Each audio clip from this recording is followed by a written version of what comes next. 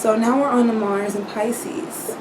Mars is our drive, our sexual ambitions, our ambitions in general, our career ambitions as well, our self-esteem, ego, impulse, selfish nature, sexual nature, how we go after what we're sexually attracted to. What we're sexually attracted to in the first place, our sex style, our fighting style, our combative style.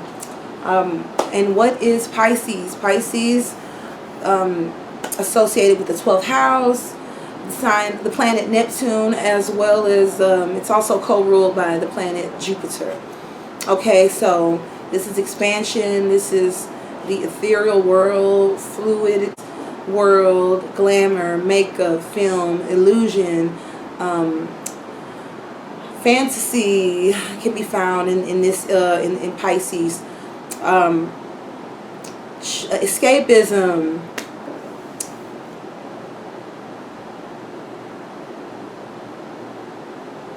soulmate energy, karmic energy, past life vibes. Okay, so with Mars and Pisces, first of all, these people are very much so aloof. They're not the best. This isn't a powerful position for Mars because of this mutable energy and because of the fact that it's so formless. So it's like Mars doesn't necessarily know how to take action because it doesn't even know where it is half the time. So when you do see these people get into it, even a verbal argument, you'll notice that what they say is very confusing to you, or they might come off like they don't properly know how to defend themselves, or come off as even easy targets. You know, with Mars in Cancer, I forgot to mention that there can be a risk for domestic violence. Just the Mars and Cancer person could find themselves getting in fist fights in the home. A long story short. With Mars and Pisces, they're at risk of being disillusioned, or just being bullied, or people just viewing them as easily manipulated, okay? Or people that manipulate themselves. These people can be quite attractive and beautiful, and especially the women, they tend to really be into hair and makeup, wigs, just the glamorous side of beauty, the illusional side. These people can be very much so a sex symbol, sex pots type vibes here. And they tend to attract sexual partners that either can, one, be a soulmate, because this is that Piscean energy, that Neptunian energy, 12th house, or people that will take advantage of them and they won't even see it coming. These people can easily get taken advantage of in sexual situations, or within dating. These are the type of people that can just find themselves falling for the wrong person, even the bad boy. But honestly, all the water signs can find themselves kind of falling for the bad boy type, the more edgier type, but for different reasons. With Mars and Scorpio, it's naturally because they're just drawn towards that darker side, that mysterious side, the dangerous side. So they could very well be attracted to someone who walks on the edge of life.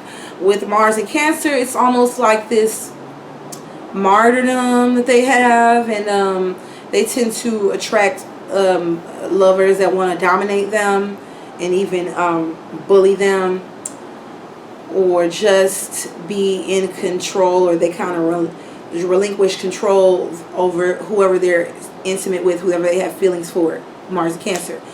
With Mars in Pisces, these people tend to be drawn towards illusion, sexually drawn towards illusion and the, lies, okay, the liar, the alcoholic, the drug head, the pill head, the pot head, the guy that, is cheating. These things can take place with Mars and Pisces, because this is that altruistic, this is kind of like what they call the Jesus energy in certain, in certain scenarios, like that martyrdom syndrome. So with Mars and Pisces, they will attract people where it's like they give their heart away, they wear their heart on their sleeve. And time and time again, they'll attract situations where they can't for the life of them figure, they're like, I'm a good person, I don't know why I keep getting used. But it's precisely why they keep getting used, is because, like, they come out they're very vulnerable.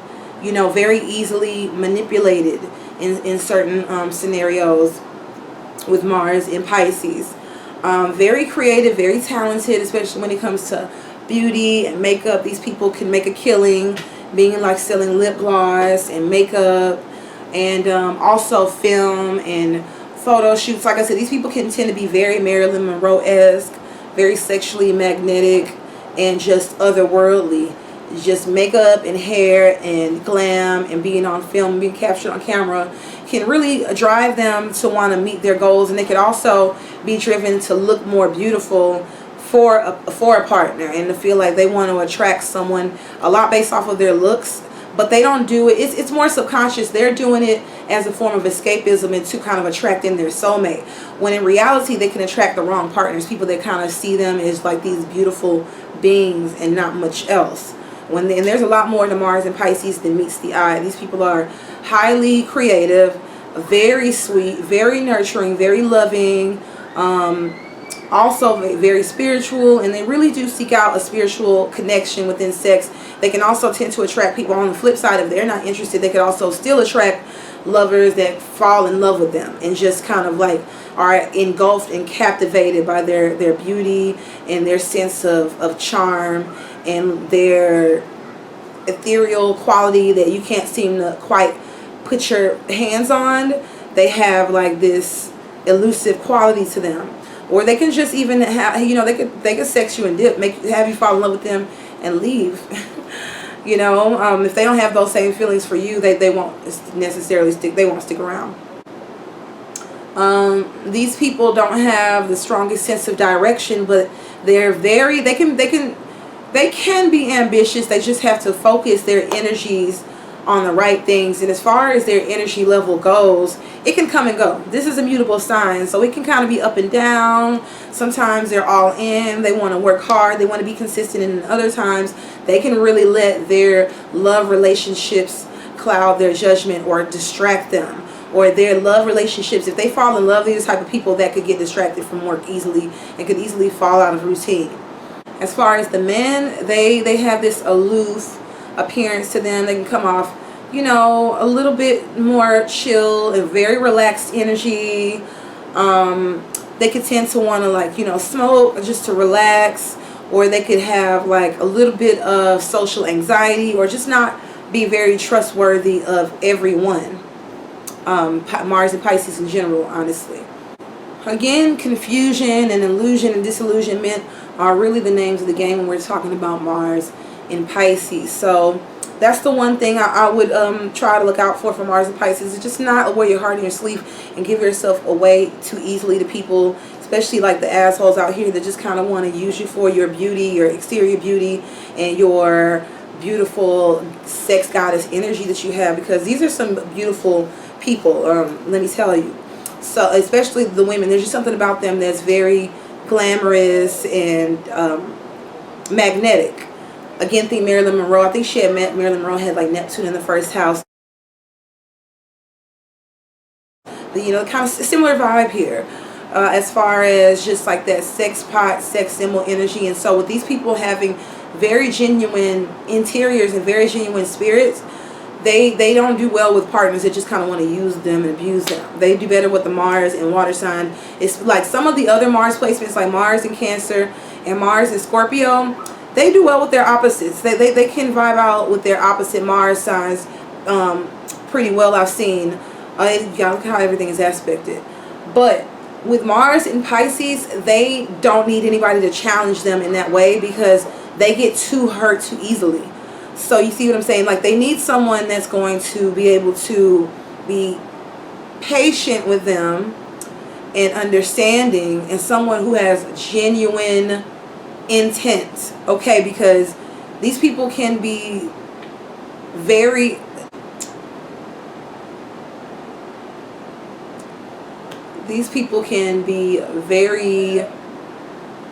not in the here and now, like very